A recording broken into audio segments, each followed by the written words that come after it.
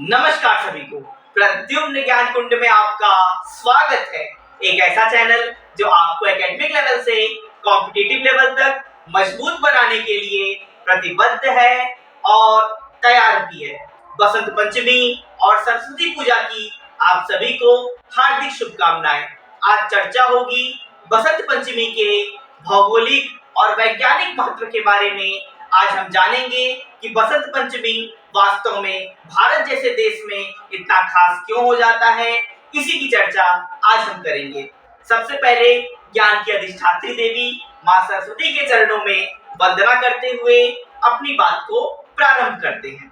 सरस्वती नमस्तुभ्यं वरदे कामरूपिणी विश्वरूपे विशालाक्षी विद्यादेहि सरस्वती। तो आज हम समझेंगे कि बसंत पंचमी इतना खास क्यों है। देखिए, अगर भौगोलिक दृष्टिकोण से देखा जाए तो सबसे पहले बसंत ऋतु को, जो कि भारत में 6 प्रकार की ऋतुएं होती हैं, जिसमें बसंत ऋतु ऋतुओं का राजा कहा जाता है। ऐसा क्यों? क्योंकि हम देखते हैं बसंत ऋतु का जो समय होता है ये मिड फरवरी के आसपास का होता है, मध्य की फरवरी होती है। और यहाँ पे हम देखते हैं कि किस प्रकार से पूरा देश कड़ाके की ठंड से अब धीरे धीरे निकलने लगता है। सूर्य की रोशनी अब हमारे ऊपर अच्छे से पड़ती है और दिन का जो समय काल होता है वो बढ़ता है, क्योंकि हम जानते हैं कि जब सूर्य दक्षिणी गोलार्ध में साउदर्न हेमिस्फीयर में जब डायरेक्टली चमकता है तो वहां पे दिन बड़ा होता है और रातें छोटी होती हैं। चूंकि हमारा भारत जो है वो उत्तरी गोलार्ध में पड़ता है, इसलिए ठंडी के समय में, जाड़ों के समय में हमारे यहाँ जो दिन होता है वो छोटा होता है और रातें लंबी होती हैं। लेकिन जब मकर संक्रांति प्रारंभ होती है और सूर्य जब उत्तरी गोलार्ध में चमकने लगता है, ज्यादा समय डायरेक्टली चमकता है, तो उस हिसाब से हम समझते हैं कि यहाँ पे दिन बड़ा होना प्रारंभ हो जाता है और रातें छोटी होती हैं। तो भारत चूंकि कड़ाके की ठंडी को मिड फरवरी तक अच्छे से झेलता है और उसके बाद से चूंकि जब दिन बड़ा होने लगता है तो लोगों में उल्लास, उमंग और काम करने की जो टेंडेंसी होती है वो बढ़ती चली जाती है। काम करने की जो एक ललक होती है, जो समय होता है, वो बढ़ता चला जाता है और इसीलिए बसंत ऋतु जो होती है वो उत्साह का समय कहा जाता है। और यहाँ पे हम देखते हैं कि पेड़ पौधे भी इस समय को बहुत अच्छे से, यहाँ पे पौधों में नए नए कोपलें आती हैं, पत्ते आते हैं, तो इसका मतलब हम समझ सकते हैं कि एक पर्यावरणीय दृष्टि से भी ये समय निश्चित रूप से बहुत अच्छा होता है। और भौगोलिक दृष्टिकोण से भारत में चूंकि बसंत ऋतु होती है और बसंत ऋतु खास इसीलिए बन जाती है क्योंकि यहाँ पे अब समय काल जो होता है दिन का वो ज्यादा होता चला जाता है। तो बसंत पंचमी इसलिए भी खास है और अब यहाँ पे लोगों के अंदर काम करने की टेंडेंसी बढ़ती चली जाती है। तो बसंत पंचमी वास्तव में खास है और वैज्ञानिक महत्व समझ रहे हैं और भौगोलिक दृष्टिकोण से भी हम ये चीज देख रहे हैं।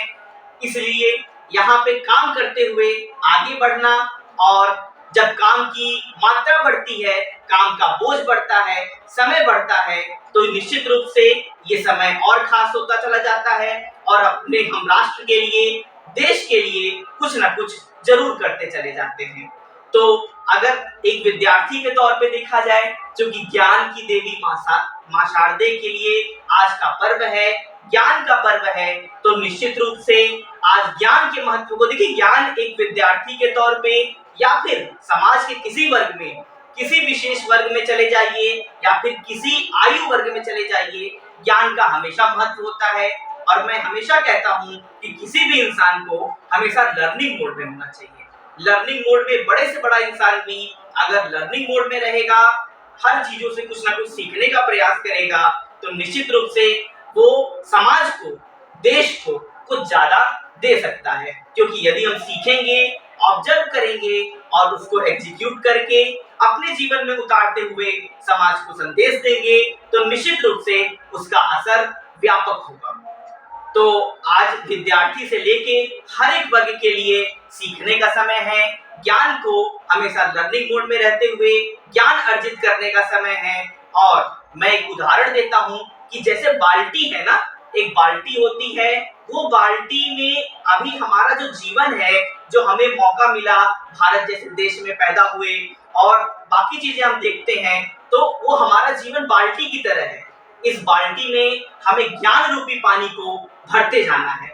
और ज्ञान रूपी पानी ऐसा नहीं कि एक दो मग पानी भर गया यानी कि थोड़ा बहुत ज्ञान आ गया तो हमें घूमना है या फिर बाकी बाल्टी को खाली छोड़ देना है। ऐसा नहीं करना है। हमें ज्ञान रूपी पानी को उस बाल्टी में भरते जाना है और आधे पे नहीं छोड़ना है, क्योंकि अधूरे ज्ञान को ही पूर्ण ज्ञान मानना अज्ञान का पहला लक्षण होता है।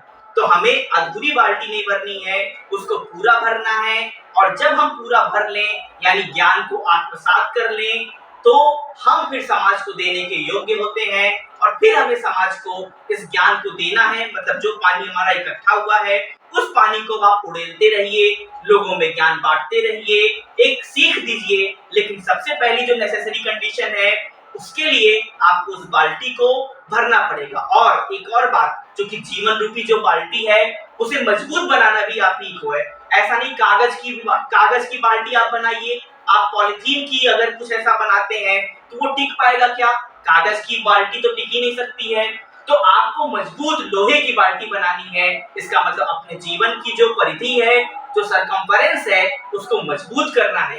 अपनी बाल्टी की सरकमफेरेंस मजबूत कीजिए, लोहे की बाल्टी बनाइए, अपने जीवन को लोहे का बनाइए और उसमें ज्ञान रूपी पानी खूब भरते जाइए। तो निश्चित रूप से आप पाएंगे कि जब ज्ञान की पराकाष्ठा हो जाएगी और आधा ज्ञान नहीं भरना है, आधा पानी बिल्कुल नहीं भरना है, क्योंकि अधजल गगरी छलकत जाए। तो हमें ऐसा नहीं करना है, पूरा पानी भरते चले जाना है। और जैसे ही हम देखेंगे पूरा पानी भर चुका होगा, तो निश्चित रूप से सब लोगों की नजर उस बाल्टी पे पड़ेगी और अब वो बाल्टी निश्चित रूप से ज्ञान की गंगा बहाते चलेगी, क्योंकि आप उस पानी को उड़ेलते रहिए, समाज में बांटते रहिए।